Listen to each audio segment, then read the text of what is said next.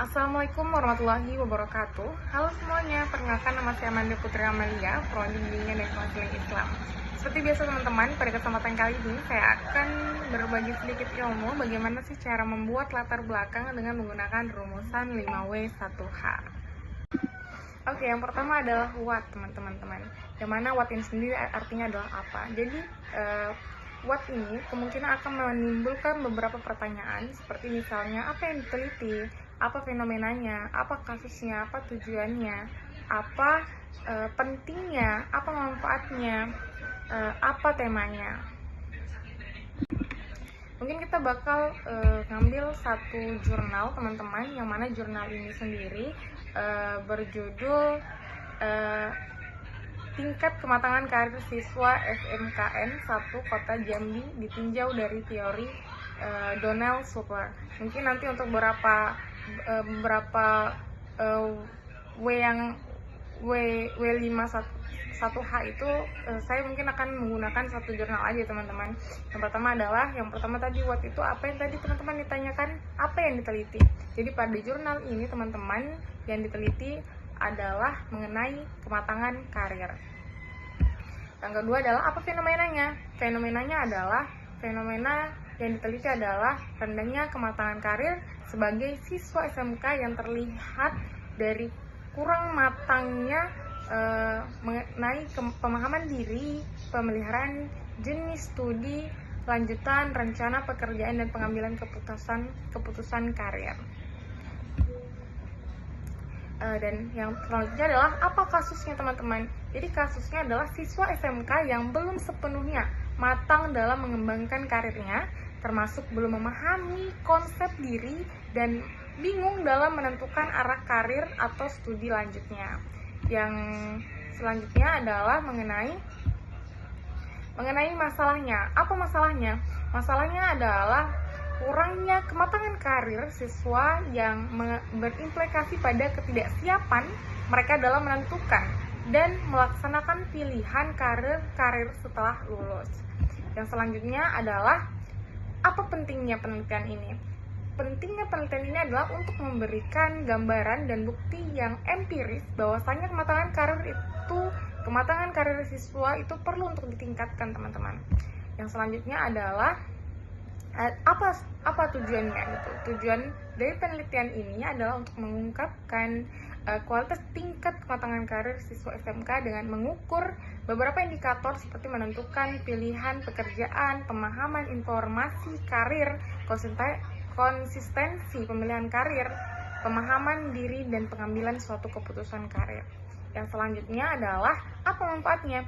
Manfaat penelitian ini adalah untuk memberikan rekomendasi bagi guru BK bahwasanya guru BK dan sekolah untuk meningkatkan layanan bimbingan karir agar membantu siswa untuk mengembangkan konsep diri yang sehat dan mempersiapkan siswa lebih matang dalam menghadapi perkembangan karir di masa yang akan mendatang. Oke teman-teman, selanjutnya adalah why. Why itu artinya adalah mengapa.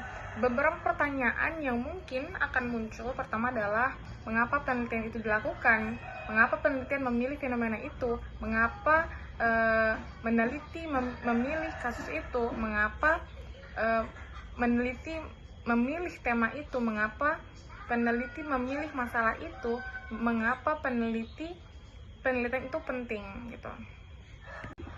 Dan kita langsung mengambil contoh aja teman-teman ya. Jurnalnya masih sama yang kayak tadi, yang mengenai tingkat kematangan karir siswa SMK 1 Kota Jambi ditinjau dari teori Donald Super. Yang pertama adalah pertanyaan yang akan muncul adalah mengapa penelitian itu dilakukan. Penelitian ini membahas mengenai proses sistematis untuk menentukan, menguji, dan mengembangkan pengetahuan. Dalam konteks jurnal ini, teman-teman, penelitian adalah upaya untuk memahami bagaimana tingkat kematangan karir siswa SMK N1 Kota Jambi berdasarkan teori Donald Super. Yang kedua adalah mengapa penelitian memilih fenomena ini. Penelitian ini memilih fenomena kematangan karir karena kematangan karir siswa SMK karena fenomena ini dianggap penting. Kematangan karir akan mempengaruhi kemampuan siswa dalam membuat pilihan dan keputusan karir yang tepat dan realistis setelah lulus sekolah. Pertanyaan yang akan lanjut yang selanjutnya adalah mengapa penelitian ini memilih kasus ini, teman-teman. Peneliti ini memilih kasus siswa SMKN 1 Jambi. Kasus ini dipilih karena adanya indikasi bahwasanya beberapa siswa belum sepenuhnya matang dalam mengembangkan karir mereka, yang terlihat dari kurangnya pemahaman mengenai konsep diri dan kesulitan dalam memilih jenis studi lanjutan ataupun rencana pekerjaan. Yang selanjutnya adalah mengapa peneliti memilih tema itu. Tema peneliti ini adalah tingkat mengenai kematangan karir siswa SMK. Tema ini dianggap sangat relevan karena pendidikan kejurusan bertujuan untuk mempersiapkan siswa untuk bekerja di bidang tertentu atau melanjutkan ke pendidikan yang lebih tinggi yang memerlukan kematangan karir yang baik. Yang selanjutnya adalah mengapa meneliti memilih masalah ini. Ya, masalah yang dipilih adalah kurangnya kematangan karir pada siswa SMK yang dapat menghambat mereka dalam membuat keputusan karir yang tepat. Masalah ini diidentifikasi melalui observasi dan wawancara dengan siswa yang menunjukkan bahwasanya beberapa siswa itu membutuhkan bimbingan dan informasi mengenai karirnya. Yang terakhir adalah mengapa penelitian ini dianggap penting. Penelitian ini penting karena pemahaman tingkat kematangan karir memberikan gambaran tentang tingkat kematangan karir siswa SMKN 1 Jambi yang dapat digunakan sebagai dasar untuk mengembangkan program bimbingan karir yang lebih efektif. Identifikasi faktor penghambatnya mengidentifikasikan bahwasanya faktor-faktor yang mempengaruhi kematangan karir siswa seperti kurangnya interaksi dengan guru BK akibat pandemi yang dapat dijadikan perhatian untuk memperbaikan kontribusi pada teori, menguji bahwasanya pengaplikasian teori Donald Super dalam konteks siswa SMK di Indonesia yang dapat memperkaya pemahaman tentang perkembangan karir, dan implikasi praktisnya memberikan saran bagi guru BK untuk terus membantu siswa dalam mengembangkan kematangan karir mereka yang sangat penting untuk masa depan siswa itu sendiri. Oke teman-teman, selanjutnya kita lanjut ke W yang selanjutnya, yaitu where. Where ini artinya adalah di mana. Beberapa pertanyaan yang akan kemungkinan muncul. Yang pertama adalah di mana saja penelitian dapat dilakukan, di mana penelitian terdahulu dilakukan, di mana penelitian ini dilakukan. Pertama adalah di mana saja penelitian ini dapat dilakukan. Jadi jurnal yang saya jadikan contoh ini juga jurnal yang tadi teman-teman, yaitu Sekolah Menengah Kejurusan SMK lain. Penelitian serupa dapat dilakukan di SMK lain untuk melihat apakah hasil konsistensi atau berbeda tergantung pada karakteristik siswa dari sekolah. Bisa juga di institusi pendidikan yang lebih tinggi. Penelitian dapat diperluas ke perguruan tinggi untuk melihat bagaimana sih kematangan karir perkembangan pada tingkat pendidikan yang lebih tinggi. Selanjutnya adalah bisa di berbagai kota atau daerah. Penelitian dapat dilakukan di berbagai kota ataupun daerah untuk membandingkan tingkat kematangan karir siswa SMK di berbagai konteks geografis dan sosial. Yang selanjutnya adalah program studi yang berbeda. Penelitian ini dapat dilakukan pada program studi yang berbeda di SMK untuk melihat apakah ada perbedaan signifikan dalam kematangan karir antara siswa di berbagai bidang keahliannya. Yang selanjutnya itu adalah di mana penelitian terdahulu dilakukan gitu. Untuk penelitian yang ini tentang ada beberapa jurnal atau hasil penelitian teman-teman yang mana ini saya cantumkan di dalam PowerPoint ini gitu. Yang pertama itu ada dari Alfred Gonzalez, yaitu penelitian tentang kematangan karir sebagai prioritas untuk pendidikan menengah dan lain-lainnya. Ini adalah contoh penelitian sebelumnya. Selanjutnya adalah di mana sih penelitian ini dilakukan. Jadi teman-teman, penelitian ini dilakukan di SMKN 1 Kota Jambi dengan melibatkan siswa kelas 10 dari beberapa program keahlian seperti AKI, TKJI, MMI, BDPMI, dan MPI. Sebagai sampel, metode penelitian yang digunakan adalah deskriptif kuantitatif dengan mengumpulkan data melalui angket. Selanjutnya adalah who, yang artinya adalah siapa. Jadi ada beberapa pertanyaan yang bakal diajukan. Yang pertama adalah siapa saja yang dapat menjadi sumber data. Untuk contoh jurnalnya teman-teman, masih saya gunakan jurnal yang sama. Yang pertama adalah ada dua sumber data, yaitu data primer dan data sekunder. Dan data sekunder itu sendiri terbagi menjadi dua, teman-teman. Ya, ada dokumen sekolah dan ada studi pustaka. Yang pertama adalah sumber data primer. Apa sih sumber data primer? Yaitu angket atau kuesioner. Angket digunakan untuk mengumpulkan data langsung dari siswa mengenai tingkat kematangan karir mereka. Angket ini berisi item-item pertanyaan yang mengacu pada indikator-indikator kematangan karir berdasarkan teori Dodland-Sutler. Yang kedua adalah sumber data sekunder. Yang pertama dokumen sekolah, data siswa, catatan bimbingan, konsen dan informasi lain yang relevan dari sekolah. Studi pustaka, yaitu penelitian terdahulu dan literatur yang relevan untuk mendukung landasan teori dan pembahasan. Yang selanjutnya adalah siapa populasinya. Yaitu populasi dalam penelitian ini adalah seluruh siswa kelas 10 di SMKN 1 Kota Jambi yang terdiri dari kelas-kelas berikut. Yang pertama ada AKI, akuntansi 1, kelas 10 TKJI, yaitu teknik komputer dan jaringan 1, kelas 10 MMI, yaitu multimedia 1, kelas 10 BDPI, yaitu bisnis daring dan pemasaran 1, kelas 10 MPI, manajemen perkantoran, dan jumlah total populasi adalah 161 siswa. Lalu yang selanjutnya adalah siapa sampelnya. Sampel dalam penelitian ini adalah sebagian dari siswa kelas 10 di SMPN 1 Kota Jambi yang dipilih untuk menjadi respondennya. Jumlah sampel yang digunakan adalah 76 siswa, teman-teman.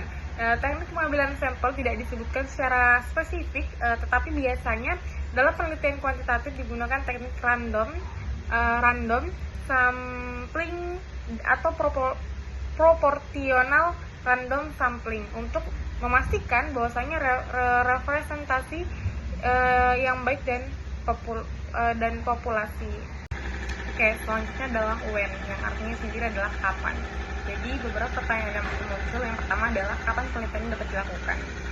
Jadi untuk contoh jurnalnya sendiri, saya masih gunakan jurnal sama teman-teman, yang mana penelitian ini yang dapat dilakukan kapan saja, asalkan memenuhi beberapa syarat. Yang pertama adalah akses ke subjek penelitian, ada ketersediaan instrumen, waktu yang cukup, sumber data yang memadai, dan kondisi yang mendukung. Seperti yang saya cantumkan di dalam PowerPoint ini, teman-teman. Yang selanjutnya adalah kapan penelitian ini sebaiknya dilakukan. Penelitian ini sebaiknya dilakukan pada waktu-waktu berikut. Yang pertama bisa awal tahun, bisa pertengahan tahun, akhir tahun ajaran, setelah ada perubahan kebijakan atau kurikulum, saat ada isu atau masalah yang spesifik. Yang selanjutnya adalah secara perkala, seperti yang saya cantumkan pada jurnal, seperti yang saya cantumkan pada PowerPoint ini, teman-teman. Oke, yang selanjutnya adalah how, yang artinya adalah bagaimana. Jadi pertanyaan yang mungkin akan muncul adalah bagaimana cara untuk melakukan penelitian ini, teman-teman. Jadi berdasarkan jurnal ini ada beberapa cara untuk melakukan penelitian. Yang pertama adalah bisa melalui tinjau pustaka. Yang kedua adalah bisa melalui instrumen Yang ketiga adalah bisa melalui uji coba instrumen, bisa melalui perizinan, pengumpulan data, pengelolaan data, dan analis data, penyusunan laporan, dan yang terakhir adalah diseminasi hasil. Jadi pada PowerPoint ini sudah tertera teman-teman contohnya bagaimana maksudnya gitu. Pertanyaan selanjutnya adalah bagaimana cara untuk menghadapi kendalanya. Pertama adalah kendala akses. Solusinya yaitu jalin komunikasi yang baik dengan pihak sekolah, jelaskan manfaat penelitian untuk mengembangkan program bimbingan karir, dan fleksibilitas dalam penyesuaian jadwal pengumpulan data. Yang kedua adalah kendala respon siswa. Mungkin solusinya misalnya seperti memberikan penjelasan yang jelas mengenai pentingnya partisipasi siswa, jamin kerahasiaan data, dan berikan insentif atau jika memungkinkan. Kendala analis data, ya solusinya adalah misalnya libatkan ahli statistik atau konsultan penelitian jika diperlukan, atau guna software statistik yang mudah untuk digunakan. Pertanyaan yang juga bakal muncul selanjutnya adalah bagaimana agar penelitian ini berjalan secara efektif. Mungkin bisa melakukan dengan cara fokus dan relevan. Pastikan bahwasanya penelitian fokus pada masalah yang relevan dengan kebutuhan siswa dan program bimbingan karir di sekolah. Metode yang tepat yaitu gunakan metode penelitian yang tepat dan sesuai dengan tujuan penelitian. Kolaborasi yaitu libatkan guru BK dan pihak-pihak sekolah dalam setiap tahap penelitian. Yang terakhir adalah diseminasi yang luas, yaitu bagaimana hasil penelitian kepada semua pihak berkepentingan agar dapat diimplementasikan. Yang pertanyaan selanjutnya yaitu agar dana penelitian mencukupi. Perencanaan anggaran yang matang, buat perencanaan anggaran yang rinci dan realistis, meliputi semua biaya yang diperlukan, misalnya teman-teman, biaya instrumen, biaya pengumpulan data, biaya analisis data, dan biaya laporan. Dan prioritaskan biaya penting, alokasikan dana terutama untuk biaya-biaya yang paling penting dan mendesak. Cari sumber pendanaan yang alternatif, ajukan proposal penelitian ke lembaga-lembaga yang dapat memberikan dana penelitian. Efisiensi, yaitu lakukan efisiensi dalam setiap kegiatan penelitian, misalnya gunakan software gratis untuk analisis data, lakukan pengumpulan data secara lebih kolektif. Dan yang terakhir adalah bagaimana agar penelitian dapat segera terselesaikan. Yang pertama adalah jadwal yang realistis, yaitu buat jadwal penelitian yang rinci dan realistis dengan mempertimbangkan semua tahap penelitian dan sumber data yang tersedia. Prioritaskan tugas, yaitu identifikasi tugas-tugas yang paling penting dan mendesak, serta prioritaskan penyelesaiannya. Yang selanjutnya adalah manajemen waktu. Gunakan teknik manajemen waktu yang efektif, misalnya membuat daftar tugas, membagi waktu-waktu untuk setiap tugas, menghindari penundaan. Yang selanjutnya adalah monitoring dan evaluasi, teman-teman, yaitu lakukan monitoring dan evaluasi secara berkala terhadap kemajuan penelitian, serta identifikasi dan atasi masalah yang muncul secara mungkin. Komunikasi secara efektif, jaga komunikasi yang baik dengan semua anggota tim penelitian dan pihak-pihak yang terkait. Oke teman-teman, mungkin hanya itu saja yang bisa saya sampaikan. Mohon maaf untuk banyaknya kekurangan. Saya Amanda Putri Amalia pamit undur diri. Sekian, assalamualaikum warahmatullahi wabarakatuh. Dadah.